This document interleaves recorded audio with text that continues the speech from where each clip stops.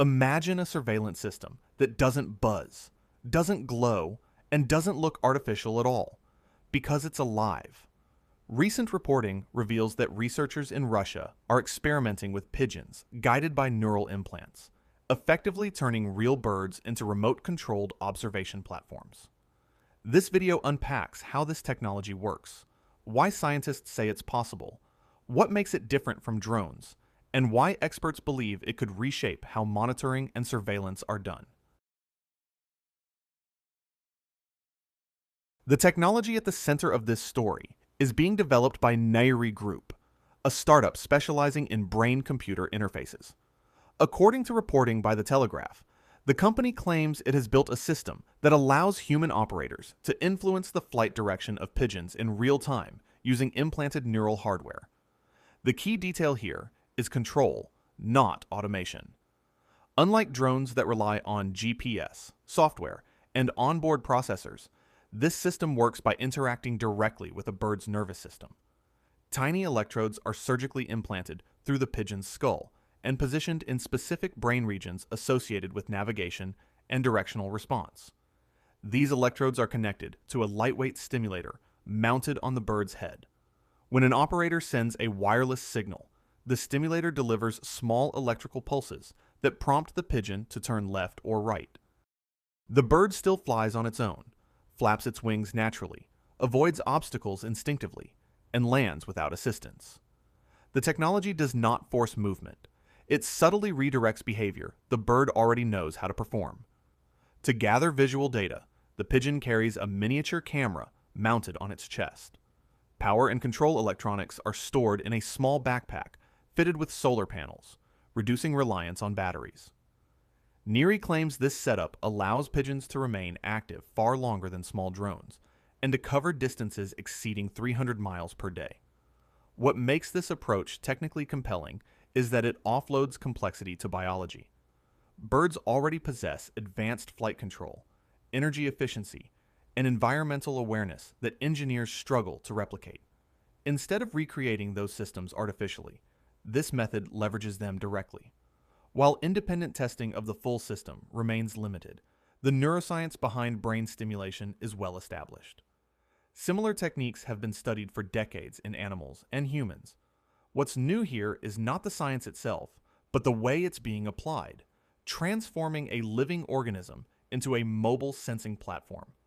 And once that possibility exists, the question naturally shifts from how it works to how it might be used.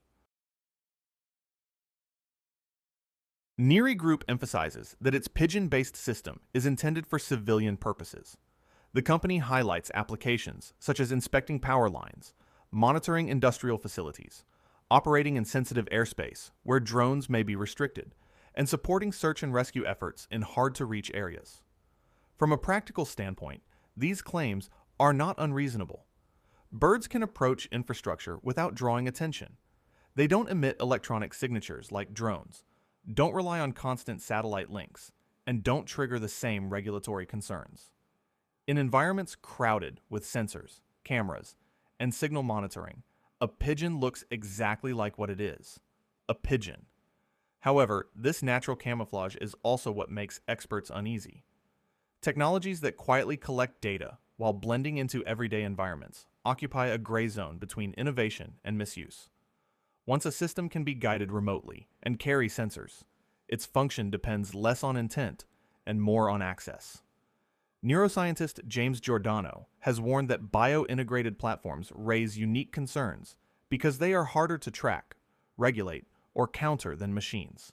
While some hypothetical scenarios discussed by analysts remain speculative, the core issue is real.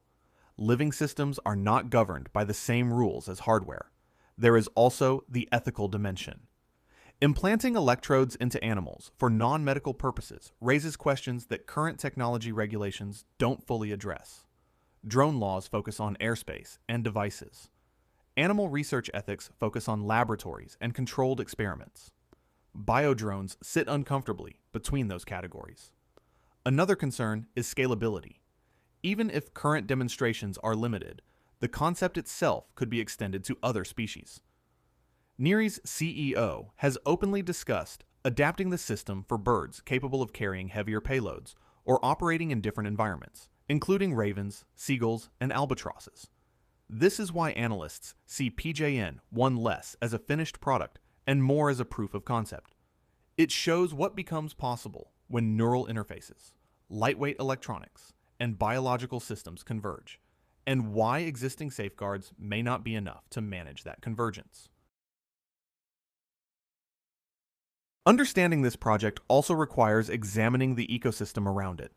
An investigation by T-Invariant reports that NIRI Group has received close to 1 billion rubles in funding, much of it from sources linked to Russian state-backed technology programs. A significant portion reportedly came from the National Technology Initiative, a program launched in 2014 to accelerate Russia's position in advanced fields such as artificial intelligence, neurotechnology, and robotics. Additional funding is believed to involve investment structures connected to major financial institutions and research networks. NIRI has denied being directed by the government, stating that public funding of early-stage technology is common worldwide. That statement is broadly accurate. Many countries support high-risk research through public programs. The concern raised by analysts is not funding alone, but transparency and oversight. Leadership adds further context. NIRI's CEO, Alexander Panov, has made public statements expressing strong ideological views and long-term ambitions that go beyond commercial products. He has described a vision of developing enhanced humans and has framed neurotechnology as a pathway toward that future. These views do not automatically define how a product will be used, but they shape how observers interpret the project's direction. When experimental technology intersects with bold ideological goals and state-aligned funding, scrutiny increases, not because of what has happened, but because of what could. The company has also drawn attention for other controversial claims, including demonstrations involving animals connected to AI systems and experiments aimed at altering biological behavior. Together, these projects suggest a broader strategy focused on merging neural control with external systems. Whether PJN-1 becomes a niche experiment or a stepping stone toward more advanced bio-integrated platforms remains unclear. What is clear is that this project sits at the intersection of neuroscience, surveillance technology, ethics, and governance, and that intersection is only going to become more crowded in the years ahead. What this story ultimately shows is how quickly technology is moving beyond machines and into living systems. Turning animals into connected platforms isn't just a technical experiment. It's a signal that surveillance, monitoring, and data collection may soon look very different from what we're used to. Whether projects like this remain limited or expand further will depend on transparency, ethics, and global oversight that hasn't fully caught up yet. If you enjoyed this video, make sure to like, share, and subscribe for more deep dives into emerging technologies shaping our future. Thanks for watching, and see you in the next one.